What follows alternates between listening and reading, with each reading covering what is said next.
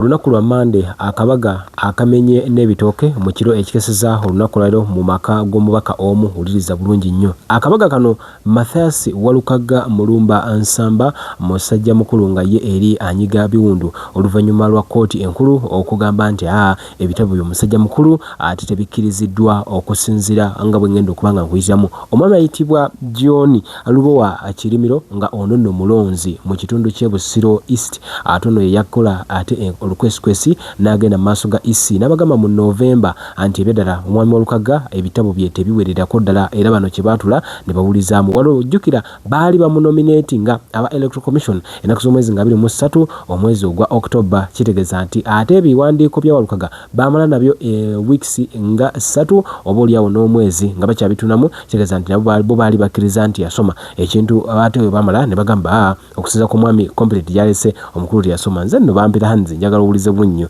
Kitegeeza nti bagamba aba High Court bagamba nti Walukaga alakinga minimum academic qualifications era bw'atyo omusajja mukulu ekiwandiiko kye yatwala ekyandibadde nga equivalent ekyamwebwa IUIU Islamic University in Uganda bagamba nti kyabuli kiweddeko. Jjukira eno yagenda maaso ekiwandiiko kino bakimu issuinga oba yakifuna ennaku z'omwezi azaali nga 12 omwezi ogwa June 2023 ate nga kitegeeza kiba kyaggwako June wa 2025. Kitegeeza nti emyezi after ena ekiwandiiko ekyo kitegeeza kyali ate obulyawo kibeera expired. Muteeka nga bwe bazenga batunyonnyola ffe abaali tebabitegeera nnyo ebyo batugamba mbu ekiwandiiko kisobola osigala nga kikola until kibeera expired singa to renewing wabula oba renewing nga bwe yakola kibeera kikyali very active era n'abakulira ebyenjigiriza mu ggwanga lya Uganda bakkiriza. Kati High Court egambye ebyo muteeke bali. Omwami ayitibwa Justice Simon Peter Kinobe ate agamba nti eno mature age entry Jjajja Waalu oba Walukaga Meya Mathias Mulumba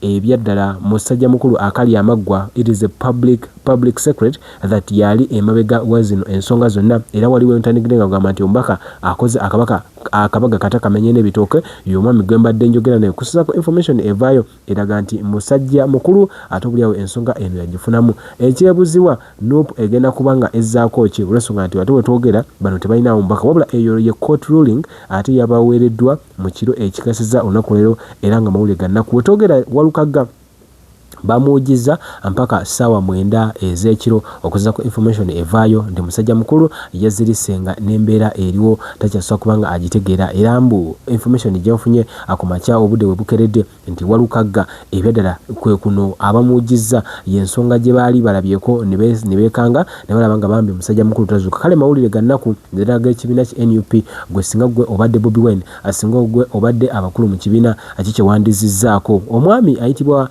ate ali emabega we zino ensonga nga bazenga boogera. Walukaga yennyini yakyogera anti Medadi Lubega Ssegona amaze ebisanja 3 nga byaddala obuuza abantu kyabakoledde naye kennyini akuddamu era abantu atera baddamu nti eyababba ye yanziba yakuggyako ssente yo nange ye yatwala ezange kakati ffennaffe bamu ebisanja 3 zeze emboozi zanyumiza abantu wabula ng'ate mawulire si malunnyo. Kale tusaasire Walukaga Mathias Mulumba abadde alowoozebwa nti ebyaddala abadde agenda kawuta buva oluvannyuma lw'okuleka omukululo ogw'amaanyi gwalese wali ku Kyengera Town Council oba ku meya bwa Kyengera. Kale mawulire ga nnaku ekyebuzibwa kikyazzaako awo ffe tulindidde ate tulabe High Court kooti esemberayo ddala kakati ye kooti ejulirwamu siwe kiri kakati ki ekiba kiddako awo nondooza ab'amateeka bajja kwongera okuba nga batunnyonnyola bannamateeka abayitibwa abannalukola wabula mugega mawulire agaliwo ga nnaku okuva mu kibiina ki NUP. Mathias Walukaga ebyaddala yeetaaga ssala zokka enondooza ya Christmas gyagenda okusooka okulya obubi oba olyawo. Kale tetumanyi nnyo naye ebyaddala it is very very bad. NUP kikyezzaako byonna tugenda kusigala nga tubikuwa wano ku Mukutu Wonderboy UG. Ne bayita mu gundi eyo ekintu kino batandika okukipuushinga even before nga tannaba kubeera nominated mu kibiina. Walukaga batandika okumusojja ku luwonzi nga tannaba na kunominatingibwa mu kibiina ne batandika okumusojja n'okumukuba.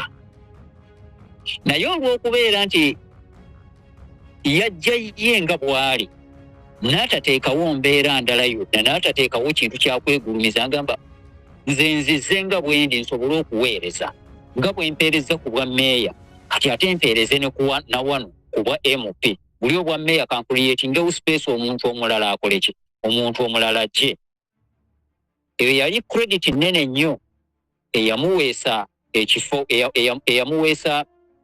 eyamuweesa mandate wali mu kakiiko k'ebyo mu kakiiko akaali kasunsulamu okumuwa kaadi nti kisanja kimu omuntu we baali bavuganya ku kaadi mugende munoonyereze ebyafaayo bye musajja kaada wa NRM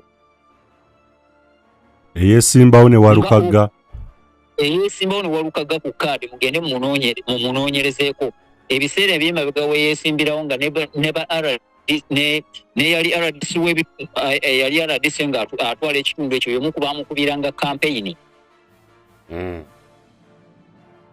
kati ng'okukyuka kwe tekunnaba tekukyatankanibwa tekunnaba kukakasibwa nti ddala muntu waffe muntu wa kibiina akyukidde ddala ebyaddala